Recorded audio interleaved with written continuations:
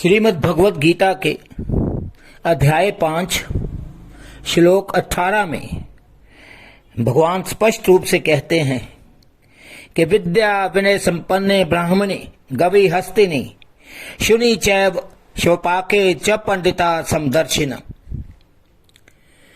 भगवान कहते हैं कि जो ज्ञानी पुरुष हैं, जिसको इस बात का ज्ञान है, वो बड़े से बड़े पढ़े लिखे महापुरुष विद्या संपन्न लोगों में और अनपढ़ गवार लोगों में, जानवरों में, चाहे वो गाय हो, हाथी हो या कुत्ता हो, समरूप परमात्मा ऐसे लोगों को नजर आता है।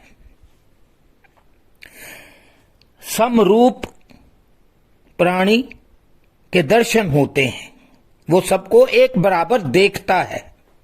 यहां ये याद रखिए कि वो दर्शिना देखने की बात कर रहे हैं, व्यवहार की बात नहीं कर रहे हैं।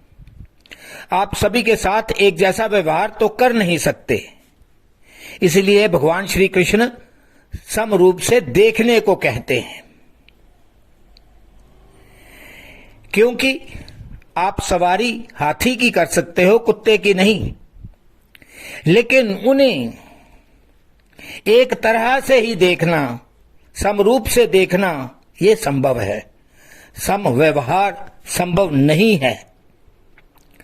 इसलिए भगवान श्री कृष्ण सभी को समरूप से देखने की बात करते हैं, लेकिन वो साथ में ये भी कहते हैं कि ये सभी चीजें उनके लिए ही संभव हैं जिन्हें ज्ञान प्राप्त हो गया है। अध्याय 6 में एक बार फिर भगवान श्री कृष्ण श्लोक 30 में कहते हैं कि मैं सब जगह हूं, हर एक प्राणी में हूं, और जो लोग हर एक प्राणी में मुझे देखते हैं उनके लिए मैं कभी अदृश्य हो ही नहीं सकता। यो मां पश्यति सर्वत्र सर्वं च मयि पश्यति तस्यां न प्रणश्यामि स च मे न प्रणश्यति। अर्थात जो भक्त सब में मुझे देखता है और मुझ में सबको देखता है, उसके लिए मैं अदृश्य नहीं होता और वह मेरे लिए अदृश्य नहीं होता।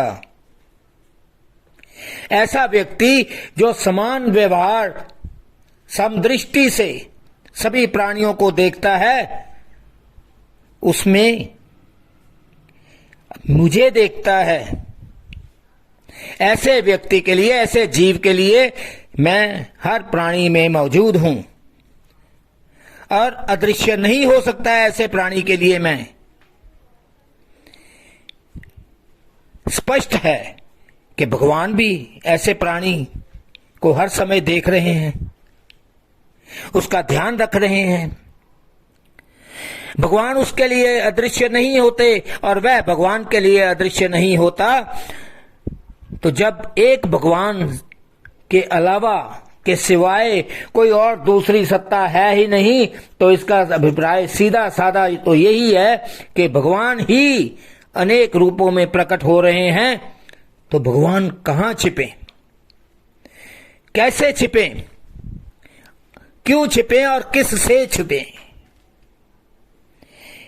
क्योंकि ज्ञानी पुरुष और भक्त लोग हर जीव में भगवान की सत्ता ही देखते हैं। तो इसलिए ये सोचना